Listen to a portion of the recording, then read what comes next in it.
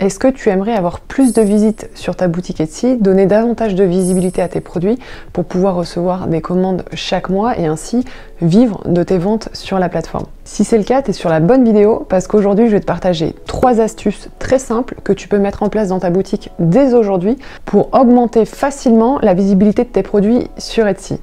La première chose à activer dans ta boutique, ça va être la livraison gratuite.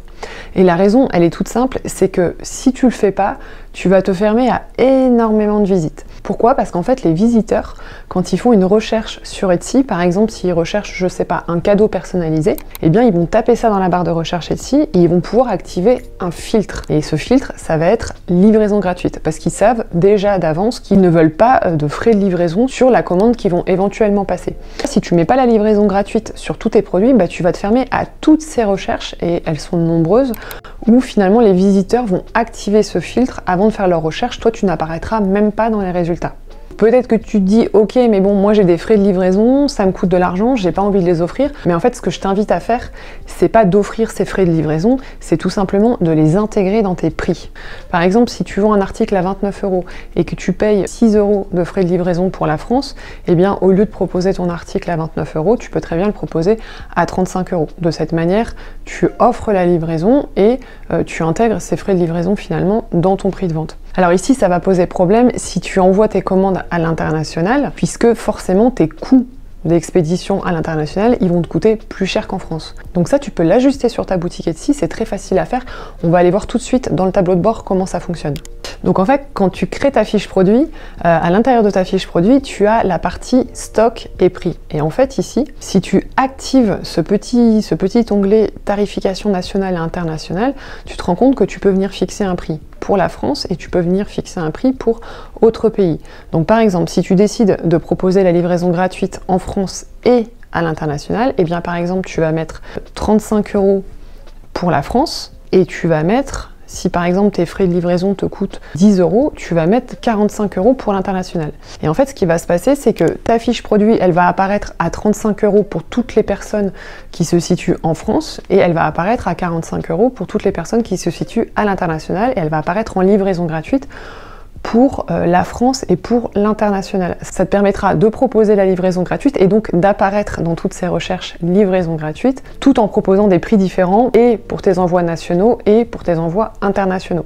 Sur Etsy, quand les visiteurs se baladent, ils ont la possibilité d'activer tout un tas de filtres. Donc le plus important selon moi, c'est celui de la livraison gratuite. Ensuite, tu as d'autres filtres qui peuvent être intéressants. Donc ici sur l'application Etsy, tu as le filtre livraison estimée, c'est-à-dire qu'il y a des personnes, quand elles vont faire leur recherche, comme par exemple, tu vois actuellement c'est bientôt la Saint-Valentin, la personne elle veut faire un cadeau un peu de dernière minute, mais elle veut s'assurer de le recevoir avant le 14 février, et bien elle va regarder dans livraison estimée pour voir si cette commande, elle peut la recevoir avant telle date. Et de manière générale, dans la vente en ligne, les gens ils ont envie de recevoir leur commande rapidement, donc il y a beaucoup de visiteurs qui utilisent ce filtre livraison estimée pour finalement voir seulement des produits où la livraison elle va correspondre à leur recherche, où la livraison va être rapide. Donc toi, ce que tu peux faire pour sortir dans ce filtre le plus souvent possible, c'est de proposer des délais de traitement les plus courts possibles. Et ça, c'est pareil, tu peux l'ajuster à l'intérieur de ta fiche produit. On va aller voir comment ça fonctionne. Donc ici, à l'intérieur de ta fiche produit, c'est ici que tu peux gérer ça. C'est dans la partie livraison et c'est dans la partie délai de traitement. Tu peux choisir, voilà, le délai de traitement qui te convient le mieux. Qu'est-ce que c'est le délai de traitement ? Le délai de traitement, c'est pas combien de temps la commande elle va mettre entre le moment où tu l'envoies et le moment où la personne elle la reçoit, parce que ça, Etsy le calcule automatiquement en fonction de l'adresse que tu as renseignée dans ta boutique et en fonction de l'adresse de ton client. Et donc en fonction aussi du transporteur que tu choisis, Etsy fait une estimation pour indiquer au client sous quel délai il va recevoir sa commande. Mais le délai de traitement, c'est le temps qu'il va te falloir entre le moment où tu reçois la commande sur Etsy et le moment où tu l'expédies. C'est-à-dire soit le temps que tu prends pour fabriquer ton produit, ou soit le temps que tu prends pour l'emballer, l'affranchir et l'emmener à la poste. Donc au plus ce délai de traitement il va être court, et bien au plus le délai de livraison estimé va être court et au plus ça va être un avantage pour sortir dans ces filtres-là. Mais attention, je te conseille de vraiment être honnête. Ne dis pas que tu envoies tes commandes sous 1 à 2 jours ouvrés si toi, il te faut 5 jours pour fabriquer ta commande. Parce que là, ça risque de faire l'effet inverse. C'est-à-dire, ton client, quand il va recevoir sa commande, il s'attendait à la recevoir 3 jours plus tôt, il la reçoit 3 jours plus tard. Et là, tu risques plutôt d'avoir un mauvais avis. Et ça, c'est pas du tout bon pour ta boutique Etsy. Donc, essaye d'être le plus honnête possible, mais le plus court possible dans tes délais de traitement. Alors il y a un autre filtre intéressant qui existe et que je te conseille d'utiliser si tu le peux, c'est le filtre peut être personnalisé. Sur la plateforme Etsy, depuis de nombreuses années, le mot-clé cadeau personnalisé, bijoux personnalisé, le fait de pouvoir personnaliser sa commande, c'est quelque chose qui fonctionne très bien et qui est en hausse d'année en année. Donc au plus tu vas pouvoir mettre ce genre de mots-clés dans tes fiches produits, donc cadeau personnalisé, bijoux personnalisé, ton produit personnalisé, de proposer la personnalisation, au plus finalement tu vas avoir des chances de sortir dans les résultats et là pour le coup tu vas avoir des chances d'apparaître dans ce fameux filtre. Parce que si Etsy propose ces filtres, c'est parce que ça correspond à de nombreuses recherches sur la plateforme. Donc si tu proposes des articles personnalisables, bah, c'est très bien.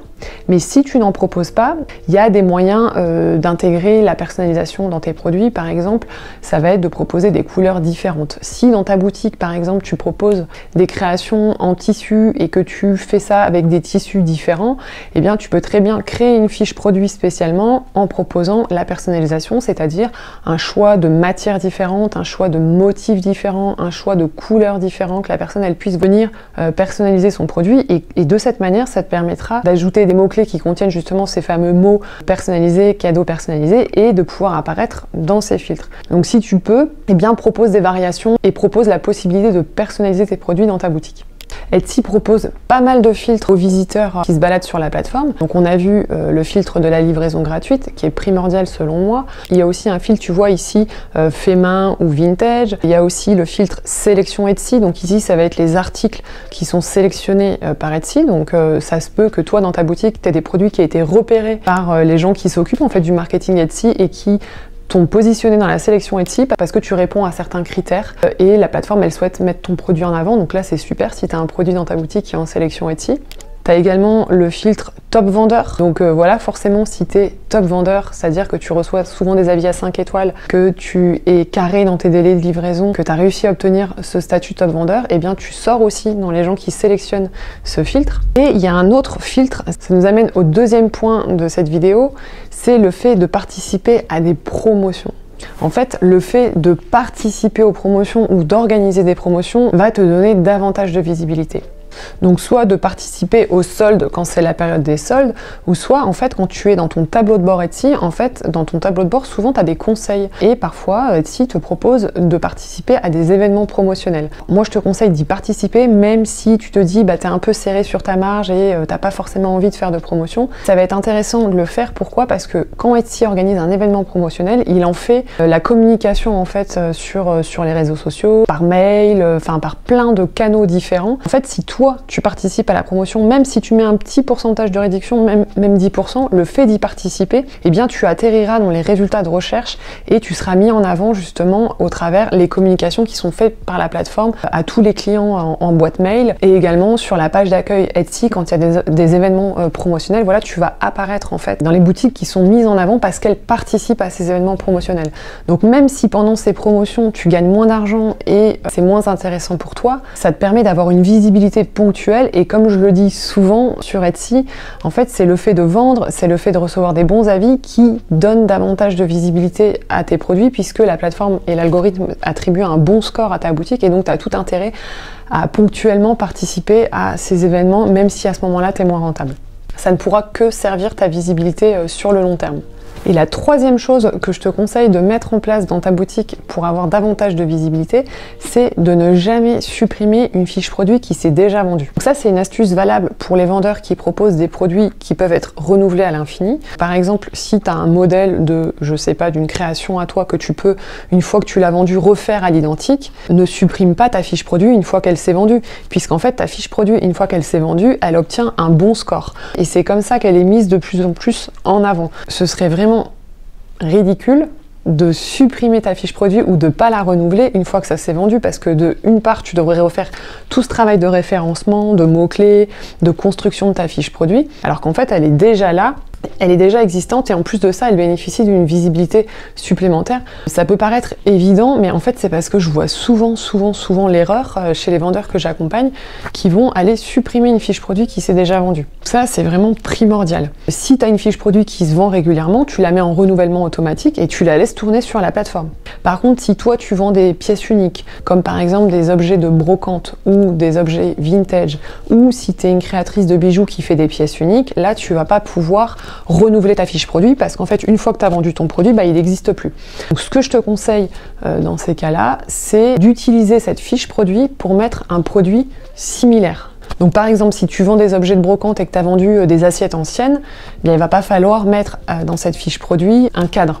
Il va falloir vraiment mettre quelque chose de similaire, donc des assiettes anciennes. Si tu vends des bijoux, il va pas falloir mettre une bague si cette fiche produit-là, c'était des boucles d'oreilles, parce que tu vas devoir retravailler tous tes mots-clés, et puis ça va créer un cafouillage dans les avis, puisque en fait les avis vont pas correspondre à la fiche produit. Mais dans la mesure du possible, réutilise cette fiche produit qui bénéficie d'un bon score pour y mettre un produit similaire. Proposer des articles que tu peux revendre à l'infini, donc que tu peux fabriquer quelque part en série, c'est un peu le secret pour réussir sur Etsy, même s'il n'est pas exclu que tu réussisses si tu fais des pièces uniques, parce que la plateforme elle attribue aussi un score à ta boutique, un score général si tu fais des ventes régulières, il n'y a pas de souci. Mais le fait en fait de proposer des produits en série, c'est qu'à un moment donné, tu as un produit qui peut devenir un best-seller. Et un best-seller, il sera boosté dans les résultats de recherche, il drainera aussi le trafic global de ta boutique finalement. Une fiche produit qui se vend, une fiche produit qui est régulièrement mise en favori, une fiche produit qui reçoit des bons avis, c'est une fiche produit qui sera recommandée. Quand les visiteurs font des recherches,